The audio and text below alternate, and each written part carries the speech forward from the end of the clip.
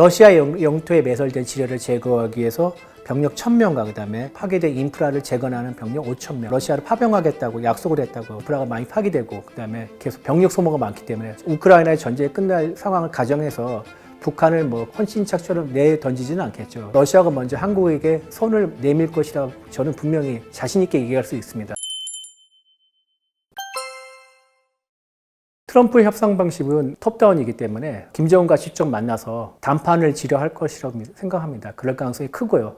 그거 말고는 다른 방식의 협상을 원하지는 않겠죠. 지난번 베트남과 싱가포르처럼 직접 김정은과 만나서 1대1 협상을 할 텐데 하노이에서 못 이룬 그 방식을 다시 꺼낼 가능성이 있습니다. 그때 북한은 영변을 포기하는 대가로 일부 조항이지만 북한에서 가장 뼈아픈 그런 제재만 풀어달라 했기 때문에 그런 방식을 노릴 가능성이 또 크고요. 그리고 미국 입장에서는 이거는 상당수 우리 측 전문가들이 우려하는 건데 미국을 직접 노리는 대륙간 탄도미사일, 그다음에 폐기 정도만, 그러니까 미국을 직접 공격할 수 있는 수단만 제거하면은 어느 정도 제재를 풀어주는 단계적 접근 방식을 취할 가능성이 크기 때문에 그럴 경우에는 한국의 입장이 전혀 다르죠. 한국은 ICBM 필요한 게 아니라 소위 말하는 스커드 미사일에도 전술핵 탐도를 탑재해서 한국을 노릴 수 있기 때문에 미국과 북한의 비핵화 협상이 트럼프의 방식대로 어느 정도 성과를 거둔다라도 한국을 노리는 핵미사일 위협은 정도는 결코 줄어들지 않을 것입니다. 그렇기 때문에 우리가 적극적으로 대처하지 않으면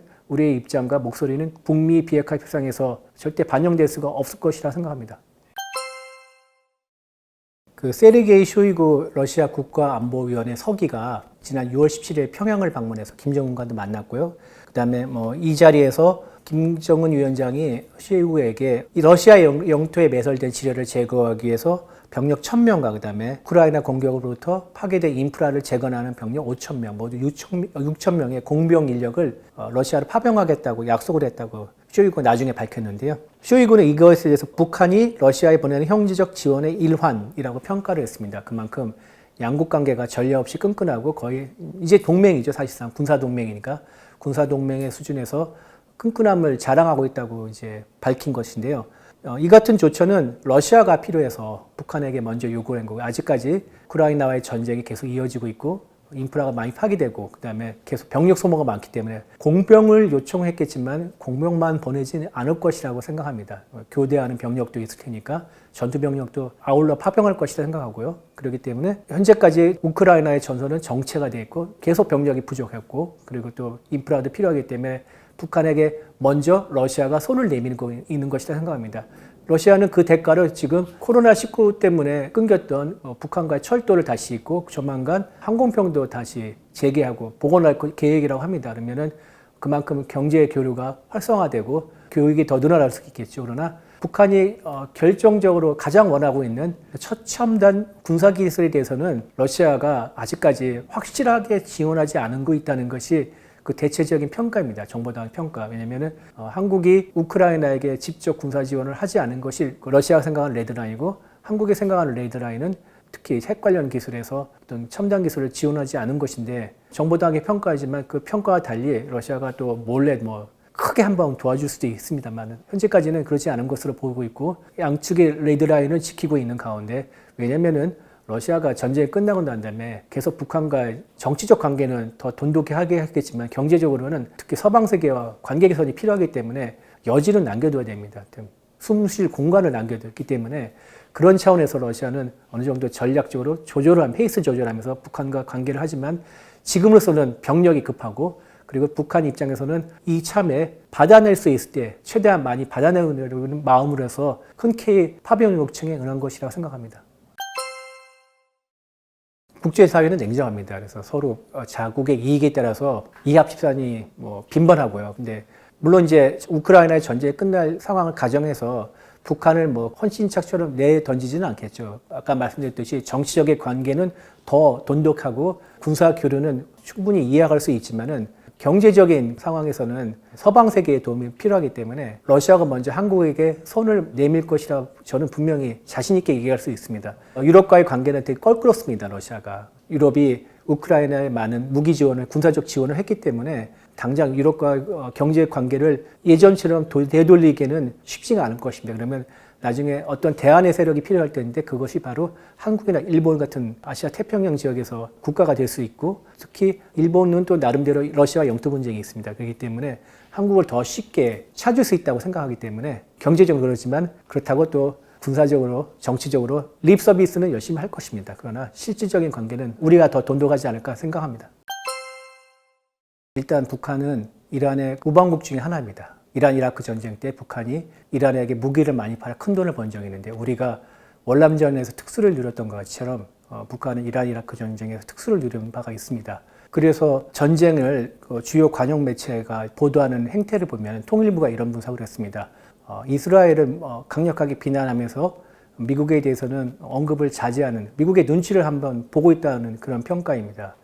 왜 그러냐면은 앞으로 미국이 이란과의 비핵화 협상을 하는 방식과 관점이 향후 북한과 미국 간의 북미 비핵화 협상에도 그대로 적용될 것이라고 보기 때문에 관심 있고 유익 있게 보고 있습니다. 일단 근데 북한 입장으로서는 미국이 공습을 한 것에 대해서는 소위 말하는 미드나잇 해머 작전에 대해서는 상당히 불편할 수밖에 없겠죠. 그리고 B2가 GB-57 벙커버스터를 투하했는데 북한의 핵시설도 이란과 같이 지하에 구축되어 있습니다. 그리고 이란이 건설 기술을 전수했다는 미확인 첩보도 있고요. 그래서 상당히 유사하기 때문에 북한에서는 이번에 특히 또 정권 교체까지 운운하는 트럼프의 태도에 대해서도 상당히 경악했을 거라고 보고 있습니다. 그렇지만은 북한과 이란은 사정이 다릅니다. 이란은 지금 핵 개발 중이고 북한은 이미 핵 개발을 끝내서 실험도 6번이나 했고 그다음에 북한에서 미국까지 직접 타격할 수가 있는 ICBM, 대륙간 탄도미사일까지 실전 배치는 아니지만 개발을 끝낸 상태입니다. 그렇기 때문에 트럼프는 북한과의 협상은 이란처럼 당근과 채찍을 같이 동시에 쥐고 휘두르는 그런 협상 전략을 취할 수는 되게 부담스럽겠죠. 이번에 트럼프가 나름대로 군사행동을 결심했지만은 최근의 연구에 따르면은 트럼프는 결정적 순간에 군사적 행동을 꺼리는 경향이 있다고 합니다. 지난 22번의 이런 사태에서 2번만 군사행동을 선택했고 이번까지 포함하면 3번이 되겠죠. 그래서 트럼프 1기 때 NSC 비서관 담당관을 했던 마이클 보톤이 트럼프 always chicken out 해가지고 타코라고 놀렸었던 바가 있었죠.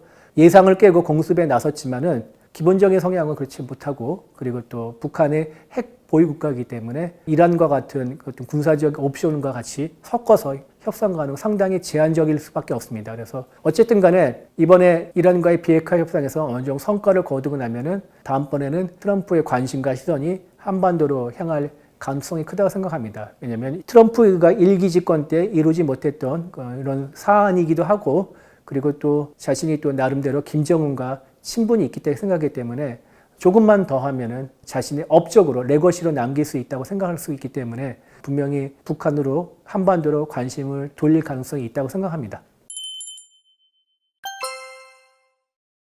일단 재래식 군사력이 소위 냉전 끝나면서 본격적으로 노화됐어요. 그러다 보니까 자기들을 숨기기 위해서 뭐 전차라든지 오픈탑 형식의 자주포라든지 전투기 그거를 마치 다 살아있는 것처럼 자기들이 좀 위장을 하기 위해서 훈련을 많이 내보내고 많이 보여주고 공개를 유별나게 많이 했어요. 그래서 마치 북한군의 어떤 홍보 수단이 뭐 어떤 영상과 인터넷 그것으로 많이 접했고 그리고 이제 그거 관련돼서 뭐 책자가 나올 정도로 그걸 다 집합시켜서.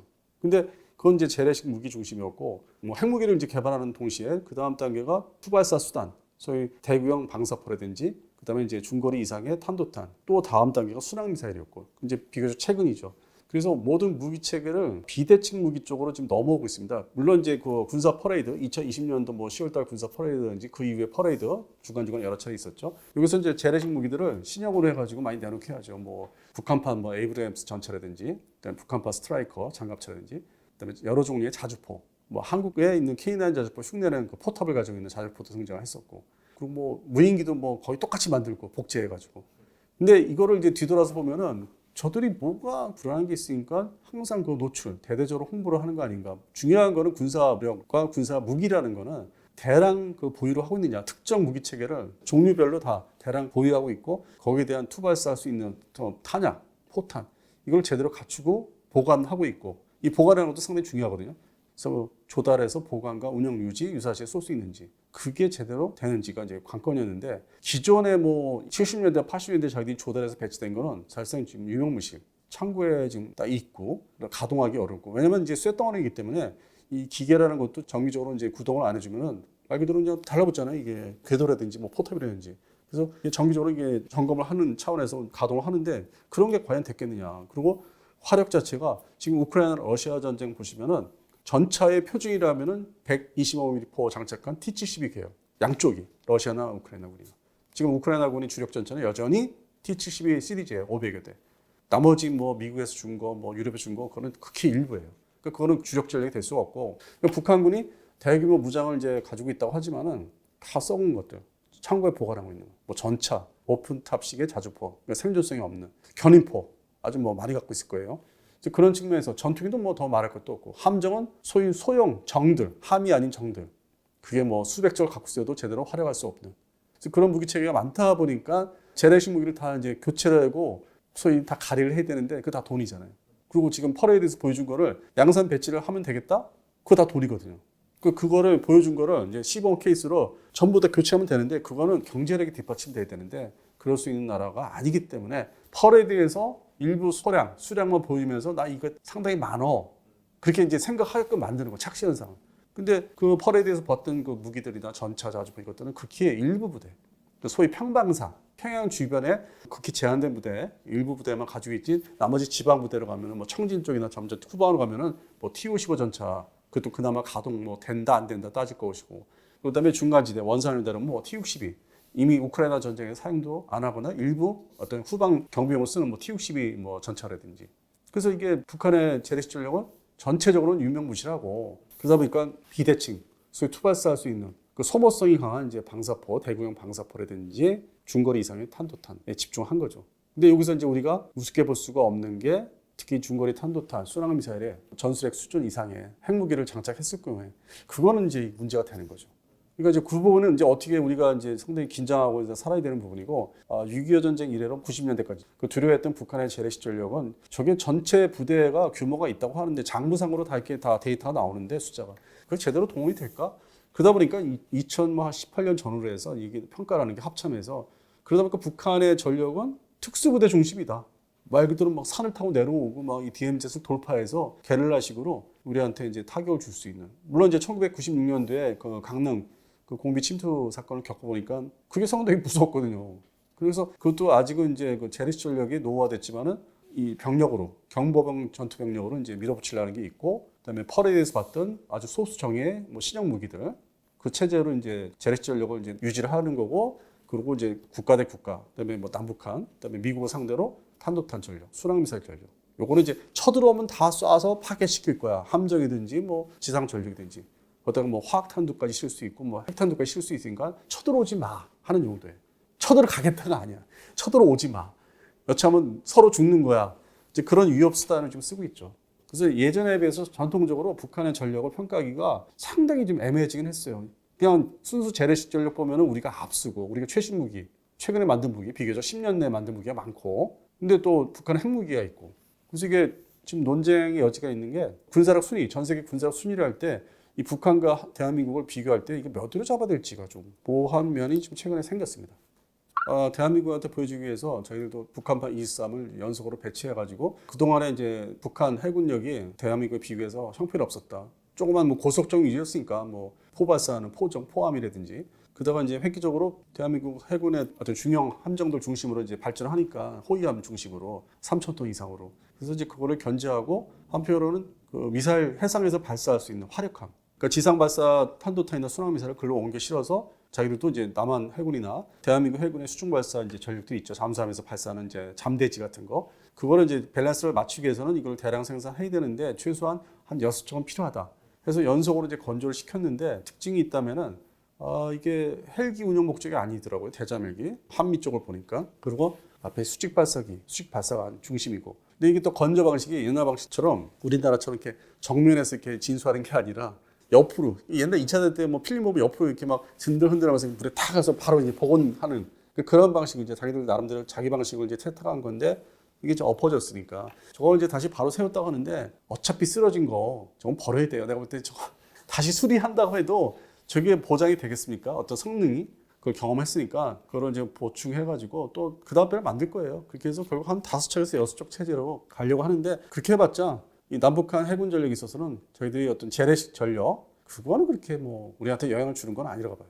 그리고 어차피 그러한 함정들은 정밀 유도 미사일, 공대함 미사일을 잘 활용하면 얼마든지 언제든지 격침할 수 있기 때문에 처음에 만들었을 때는 모든 걸 우리를 다 따라하네, 외형을 다 카피를 떼네, 자기들 자존심을 내세우네. 그러다가 쓰러졌고, 쓰다 보니까 이제 전력 싸움으로 넘어가니까 그래 뭐 그렇게 해서 다섯 여섯 좀 만들어도 어차피 한번 뒤처진 재래식 해군 전력은 니들이 앞설 수가 없다.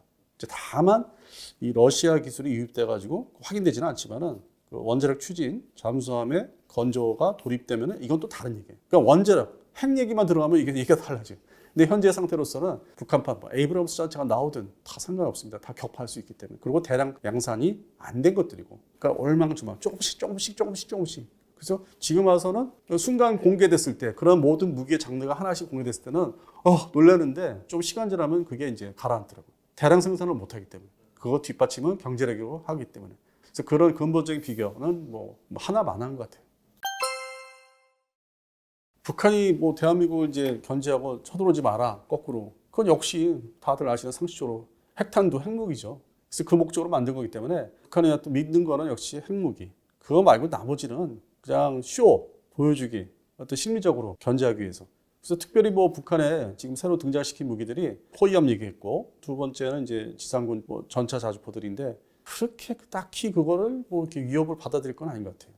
이게 뭐 얼마큼 많이 보유하고 있느냐가 중요하기 때문에. 그래서 그 부분은 아닌 것 같고, 더욱이 이제 항공 전력이 또 보여주기 식으로 조기용부 통제기 한 대를 띄웠어요. 그거를 또 대량으로 뭐 4대 이상 만들 수 있냐. 물론 더 지켜봐야 되겠지만은 심리의 어떤 견제. 야, 우리도 이거 할 수 있고 가질 수 있어. 그러면 공중급유기 도입할 거냐 이거죠.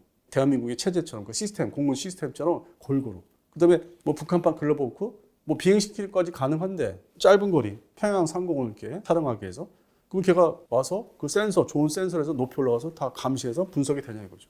그 다른 문제라는 거죠, 그건 또. 그러니까 외형상에 카피 뜨는 거는 충격은 요법. 그 처음에는 다 충격 받아요. 북한이 저렇게 저런 기술이 있다고. 그런 측면에 심리전에 상당히 능한 대단한 나라, 대단한 북한. 하여튼 그렇게 지금 진입을 했죠. 지금의 3대 세습 체제 김정은에 와서는 자기 아버지나 할아버지들은 더 대한민국 상대로 쇼킹하는 어떤 방법으로 인해서 그 무기 체계를 상당히 활용하고 있고, 드디어 이걸 보니까 김정은은 밀리터리 매냐 아닌가. 처음에는 이제 이게 언론에서 그 얘기를 했었어요, 오래전에. 근데 지금은 내가 인정을 합니다. 저 사람 밀매다. 김정은은 밀매다. 저러니까 이게 모든 종류별로 장르별로 다 해보라고 하지. 이게 쓰러지는 한이 있어도 결국에는 이제 군사 매니아다. 아무래도 우리나라는 다른 나라 전쟁을 이제 보면서 판단할 수 있는 건데, 우리가 그 정도의 뭐 전력을 가지고 있나 하는데, 우크라이나 러시아 그 전쟁의 상황보다는 이스라엘 하마스 헤즈볼라 지금 공습하는 거 있지 않습니까? 그래서 우리가 유일하게 좀 뭔가 내세울 수 있는 게 항공 전력, 전투기 전력이에요. 그게 이제 뭐 F-50, KF-16, F-15K, F-35A 그리고 4종, 그리고 이제 한 종이 KF-15 이제 합류하면 5종인데. 이것이 이제 공대공 전투, 반공 전투, 제공 전투, 그다음에 지상 공습 작전 능력, 한반도에서 이런 면에서는 좀 이스라엘 그 공군, 이스라엘 공군하고 같은 뭐 형식상으로는 이제 종류나 무기, 그러니까 무장이죠. 정밀 유도 폭탄이라든지 빼박이에요. 그 다른 나라의 전쟁을 보면서 우리는 이스라엘군 사례가 가장 근접하고, 그다음에 지상군의 작전 능력을 이제 기대를 해야 되는데 그건 아직 미지수고. 근데 우크라이나 러시아 전쟁에서 드론 전쟁을 보니까 이거는 좀 시급하다. 이건 새로운 장르고, 이거는 지금부터 새로 우리가 도입을 대대적으로 해야 되는 어떤 대북 침투 부대의 그 특전사 중심으로 할 게 아니라 일반 보병 사단에도 빨리 이거를 이제 만들든지 사오든지 해서 각 사단마다 생존성을 높이려면 이거를 빨리 좀 해야 된다. 그러니까 뭐 개인적인 뭐 견해가 이제 있었는데 그걸 다 배제하고 어떤 객관적으로 얘기하면은 그 전력이 빨리 도입이 되고, 북한도 이제서야 하는 것 같아요. 이게 좀 사람들이 잘 모르는데 북한도 이제서야 해요. 그 말 그대로 북한 언론에서 이제 발표했잖아요. 뭐 노동신문에서. 대량 생산하라고 얘기한 지가 뭐 얼마 안 돼요, 북한도. 이제 앞으로는 남북한이 드론 전력에 어떤 누가 더 많이 좋은 거를 갖고 있느냐, 그 경쟁으로 이제 접어들고 있죠. 왜냐면 탄도탄, 순항미사일은 서로 이제 경쟁을 했어요. 북한은 이제 핵이 또 첨가됐지만은 결정적으로. 그 다음 땡이 이제 드론 경쟁. 그러면서 이제 그렇게 경쟁을 이제 해나갈 거 아니에요, 남북한 시속 게임을. 근데 그러면서 여전히 북한이 이제 모자라는 게 항공 전력. 그 변수는 이제 러시아가 SU 시리즈, SU 뭐 27, 30, 35를 과연 줄까 안 줄까? 이거는 이제 미수지만은 아직은 이제 그런 움직임이 없으니까. 그래서 그런 전투기 전력이 아직은 이제 우리가 앞서고 있다. 근데 그 부분은 이제 변수는 중국 전투기나 러시아 전투기가 유입이 될지 안 될지. 그것마저 되면은 난 대한민국에 그 앞서가는 거는 이제 좀 가라앉는 거죠. 경쟁에서 또 시속 게임에서 또 비슷하게 돼버리니까. 근데 아직은 현재까지는 우리 대한민국 공군의 항공전력은 북한을 압도합니다.